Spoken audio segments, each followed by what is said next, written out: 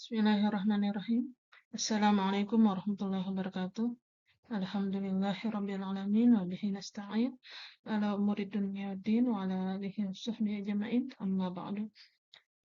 Yang Ibu banggakan anak-anakku sekalian, mahasiswa Prodi Ilmu Perpustakaan dan Informasi Islam, pada mata kuliah perspektif perpustakaan informasi. Nah, ini adalah materi terakhir kita, yaitu tentang pengorganisasian informasi, profesi pustakawan dan kompetensinya, serta peran institusi perpustakaan.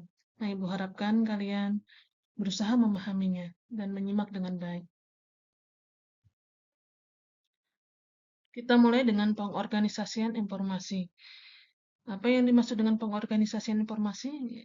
Nah, kalian mungkin sudah pernah baca di modul Ibu ya, di buku-buku ilmu perpustakaan. Kaitannya dengan pengorganisasian informasi berarti mengorganisasikan informasi ya, mengatur, menyusun informasi yang ada di perpustakaan baik dalam bentuk tercetak maupun non cetak,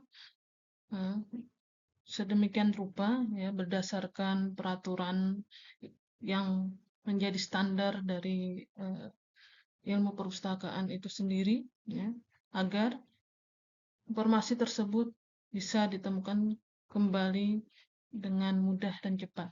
Nah, ini di dalam pengorganisasian informasi ada dua hal yang sangat penting untuk dipahami ya, yaitu katalogisasi dan klasifikasi.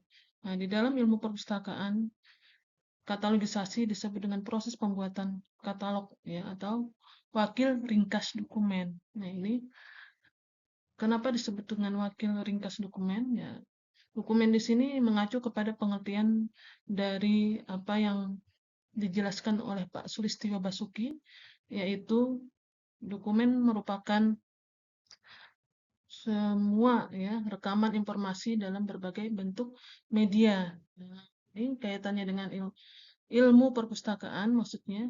Nah, itu dokumen di sini berarti rekaman informasi di sini baik itu yang kaitannya dengan buku ya dalam bentuk tercetak maupun tadi media lain yaitu dalam bentuk yang mencetak ataupun elektronik ya di dalam perkembangan keilmuan kaitannya dengan digital ya, koleksi digital. Nah, kalau klasifikasi ini merupakan proses pengelompokan koleksi berdasarkan subjeknya. Jadi dikelompokkan berdasarkan subjek atau topik pembahasan dari buku tersebut. Kemudian nanti kaitannya dengan pengelompokannya berdasarkan keilmuan, ya, disiplin ilmu. Ya, nanti bisa menggunakan standar tertentu. Kalau katalogisasi menggunakan AACR 2 ya, Anglo-American Cataloging Rules ya. Edisi yang kedua yang sampai sekarang digunakan ya, peraturan pengatalogan ya, dalam bahasa Anglo-Amerika. Nah, ini dalam perkembangannya ada lagi nanti standar pengatalogan berdasarkan RDL. Nah, kemudian untuk yang klasifikasi nanti yang dikenal dan terkenal di Indonesia yaitu menggunakan pedoman DDC ya, Dewey Decimal Classification ya. Ya, tulisannya Dewey ya, Decimal Classification. Jadi klasifikasi persepuluhan Dewey ya, karena memang penemunya adalah Mevell Dewey. Nah, ini nanti kalian akan lebih lanjut ya di mata kuliah selanjutnya untuk mendalami yang namanya katalogisasi dan klasifikasi. Yang penting kalian paham dulu bentuk dari katalog itu seperti apa di perpustakaan dan klasifikasi itu seperti apa. Nah, Ibu harapkan kalian bisa ya membedakan antara katalog manual dan katalog online, kemudian klasifikasi juga berdasarkan subjeknya dari 000 ya sampai 900. Pustakawan sebagai profesi. Nah, ini pembahasan selanjutnya ya.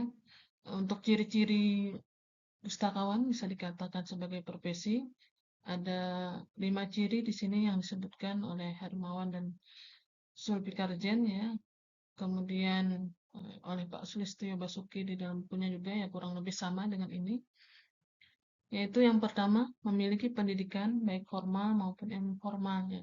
Seperti kalian ini kan memiliki pendidikan formal, yaitu menempuh pendidikan sarjana ya S1 Ilmu Perpustakaan. Jadi kalau dulu ada yang namanya diploma 2, diploma 3 ya. Sekarang mungkin eh, ada masih cuman untuk di UIN Antasari Banjarmasin sudah tidak ada lagi ya. Hmm. Kemudian S1 ya, S2, S3 sampai profesor. Nah, itu pendidikan formal. Kalau informal, nah itu kaitannya dengan diklat biasanya pendidikan dan pelatihan dalam kurun waktu tertentu ya. Nah, biasanya ini diselenggarakan oleh perusahaan nasional bekerja sama dengan perpustakaan daerah. Ya. Kemudian yang kedua memiliki organisasi profesi. Nah, ini untuk pustakawan sendiri punya organisasi profesi ya. Yang pertama yang eh, pelopornya yaitu Ikatan Pustakawan Indonesia. Jadi kita sudah punya organisasi profesi sehingga pustakawan bisa dikatakan sebagai sebuah profesi. Kemudian yang ketiga, memiliki kode etik sebagai acuan moral dalam melaksanakan tugas dan kewajiban pustakawan. Nah, ini kaitannya dengan pedoman ya, bagaimana berperilaku sebagai pustakawan. Nah, ini disusun oleh organisasi profesi Ikatan Pustakawan Indonesia. Nah, jadi kode etik ini ya sudah ada ya, sudah disusun ya dengan seksama sesuai dengan kebutuhan ya profesi pustakawan. Sehingga pustakawan itu tetap dalam koridor, dalam apa namanya tatanan berperilaku yang baik ya, yang profesional. Kemudian yang keempat, memiliki majalah ilmiah ya sebagai sarana pengembangan ilmu dan komunikasi antar anggota seprofesi. Nah, ini kaitannya dengan majalah ilmiah, Ikatan Pustakawan Indonesia juga punya yang namanya ya, jurnal ilmiah ya. Nah, jurnal ini sama dengan majalah ya, majalah ilmiah. Nah, ini itu untuk menampung ya tulisan-tulisan pustakawan kaitannya dengan penelitian ya, ataupun studi pustaka yang dilakukan apa maksudnya yang ditulis ya yang ditulis ya oleh profesi pustakawan ya, oleh pustakawan-pustakawan tersebut. Kemudian memiliki tunjangan profesi.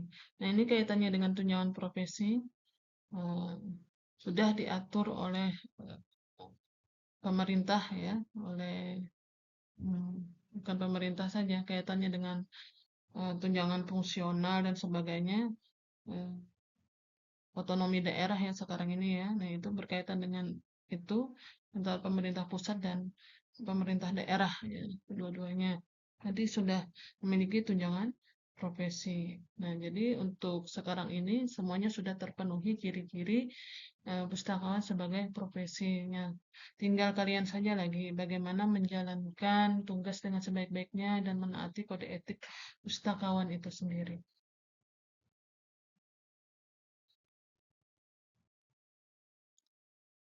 Lebih lanjut, Pak Sulistyo Basuki menjelaskan bahwasanya profesi merupakan refleksi ketentuan yang mengatur tingkat tanggung jawab, kualifikasi, prospek karir, tugas, dan imbalan setiap posisi, tingkat pelatihan, serta pengalaman yang diperlukan. Nah, ini kaitannya dengan refleksi, ya.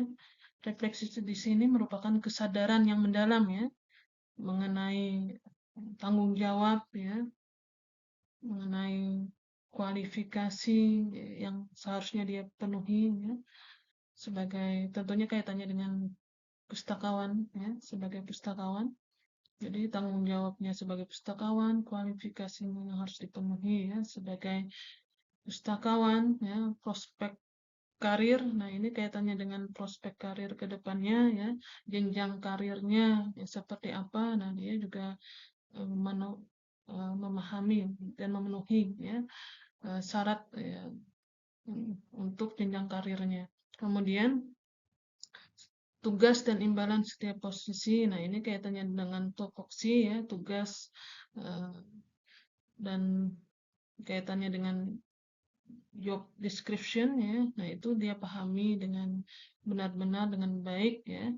Dan juga kaitannya dengan imbalan ya, kaitannya dengan imbalan ini ada kaitannya dengan gaji, ya, ada tunjangan dan sebagainya. Nah, itu juga eh, dia juga memahami itu ya. Jadi untuk jenjang karirnya tadi kaitannya dengan prospek karir, tugas dan imbalan ini sangat berkaitan ya.